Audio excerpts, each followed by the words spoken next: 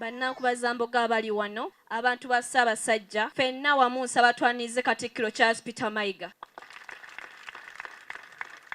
Twaniize Oweekitiibwa Henry Ssekabembe Minisita w'Abavubuka.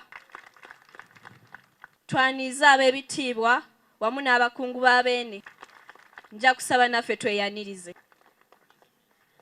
Mukama wange Katikkiro, nze Nakalo Brivado Martha, nzaalibwa omwami Mutebi Samuel n'omukyala Nagguja Meisa, ndi muzzukulu wa Gabunga n'eddira Mamba Akabbiro Muguya.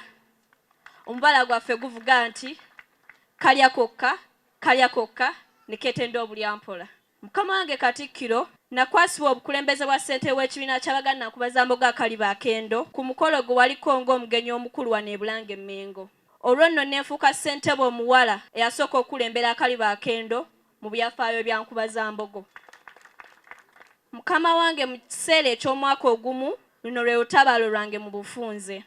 Bino wammanga bye tusobodde okukola mu buweereza bwaffe: okuteebeeta ensonga za Buganda Ssemasonga 5, okutuuza enkiiko wano ku Kitebe, ku masaza ne Magombolola, okulambula Nkobazambogo mu masomero, okunyweza eggwandiisizo lyaffe erya Nkobazambogo, okwagazisa n'okusitula abaana abawala mu buweereza bwaffe.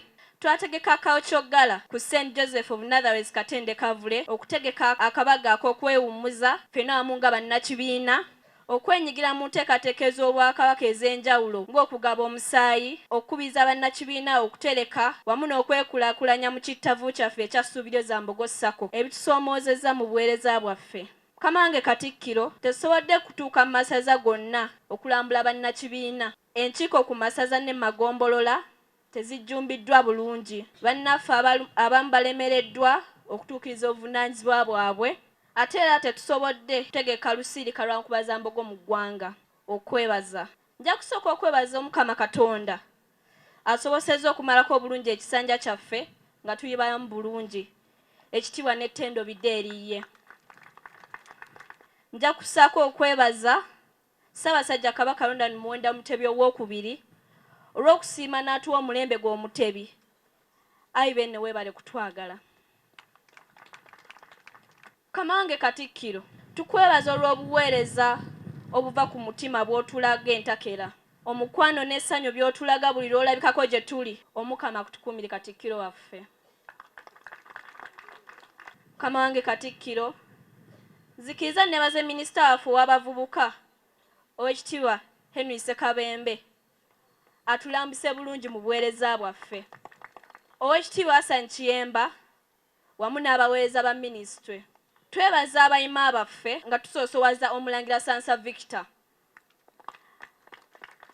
Haji Mediziwa, Haji Umar Mugerwa wamu n'omukyala Nakkazi Christine. Babadde wamu naffe mu nteekateeka zonna nga batulambika ku bintu eby'enjawulo. Twebaza abaaliko bassentebe ba Nkobazambogo Akaliba Akendo nga tusoosowaza nnyo ssentebe Adrian Byayi wamu ne ssentebe Aisha Nakanjako. Abo nno tubadde nabo kumpi mu buli nteekateeka era batuyambye nnyo mu bingi. Oweekitiibwa Katikkiro, nzikiriza nebaze abakadde bange maama ne taata bambeereddewo mu buli kimu era mbeebaza okungumiikiriza n'okutuusa olunaku lwa leero. Pumbawumba nga nsaba buli kinnoomu ali wano ffeeyo nnyo okukuuma obuwangwa bwaffe.